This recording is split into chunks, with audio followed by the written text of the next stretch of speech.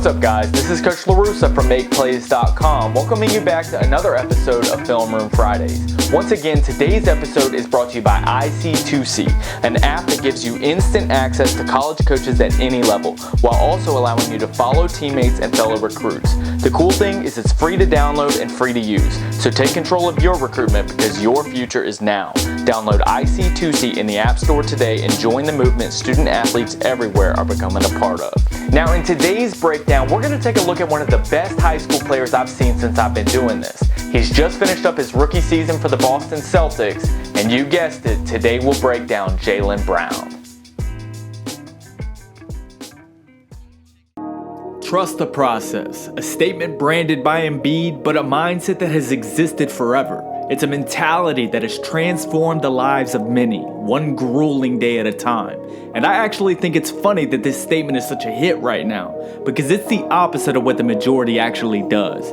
They don't trust the process, they want it now, and when they don't get it, they bash it. But unlike the majority, I believe Jaylen Brown gets it, and I think he's right on schedule with his process. And today, I'm going to break down why. 2 years ago, Jaylen Brown was the best player in high school basketball if you ask me, and a year ago he was selected 3rd overall by the Celtics. But what hit me was that he didn't come in with the ego that many lottery picks do.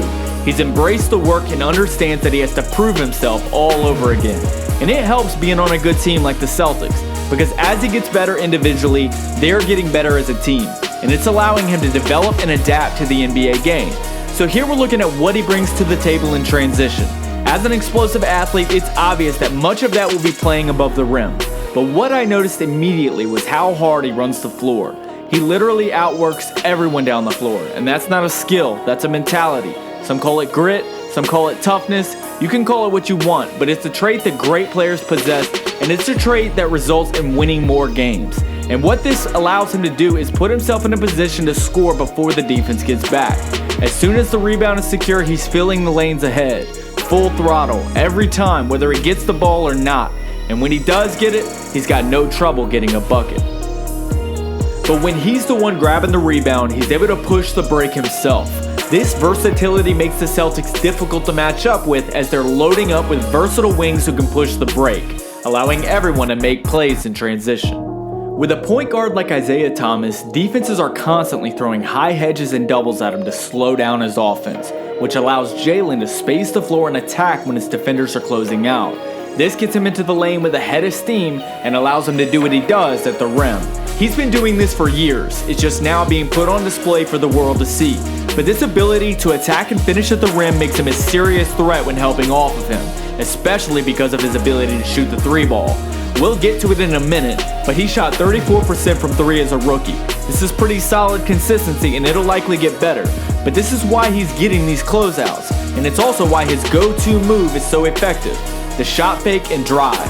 Defenders close out hard to contest the shot, which makes the shot fake an easy counter.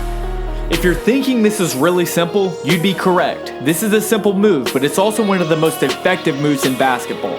Sometimes you just have to master the simple. Learn to shoot and the defense will contest your shot, and then learn to fake your shot so you can drive.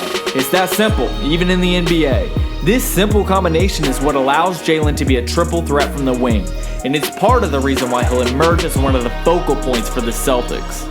There are times though when he gets cut off on his drive, and in this scenario he'll go into bully ball mode, using his strength to overpower his opponents by putting his shoulder down and pushing his way to the rim.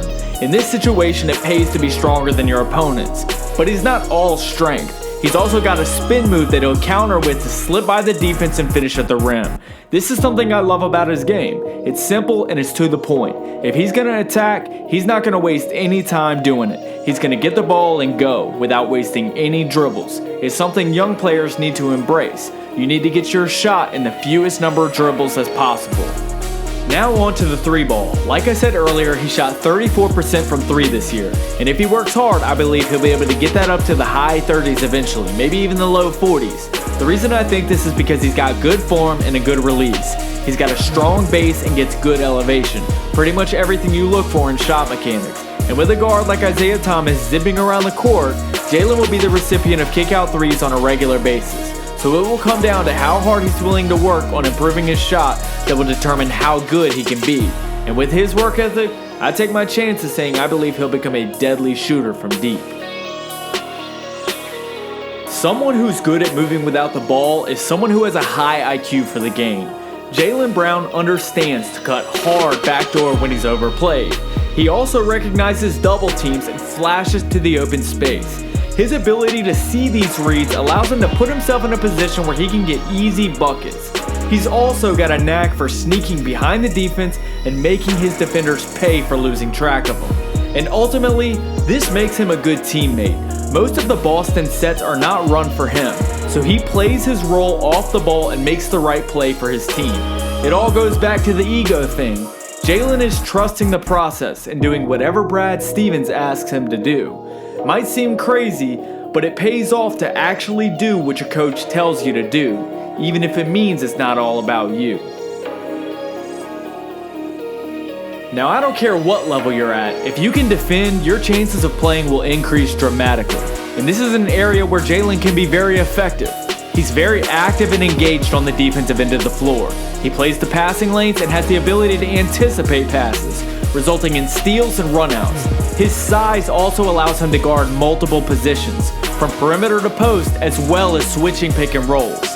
He's also shown the ability to block shots when his opponents get a step on him. This versatility makes him a defensive weapon out there, and even when it's not the home run play, he's still a very solid defender.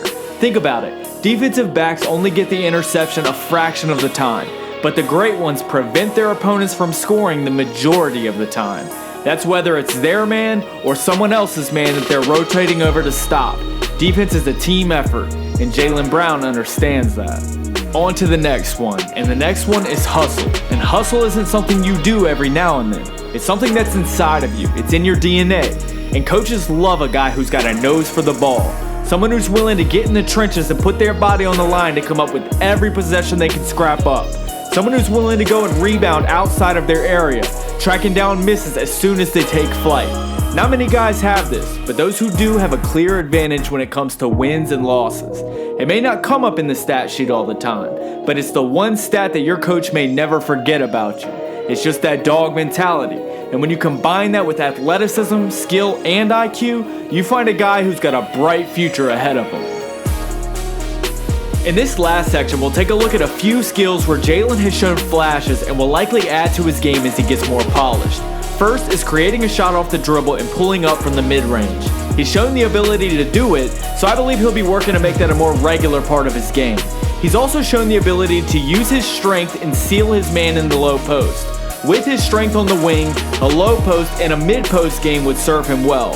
I wouldn't be shocked to see him implementing this over the next few seasons.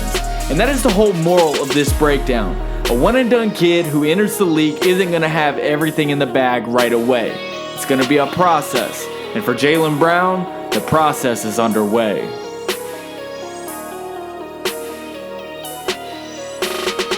Thanks for checking out today's breakdown of Jaylen Brown. Tune in next week for another episode of Film Room Fridays. Don't forget to hit that subscribe button, and we'll see you next week.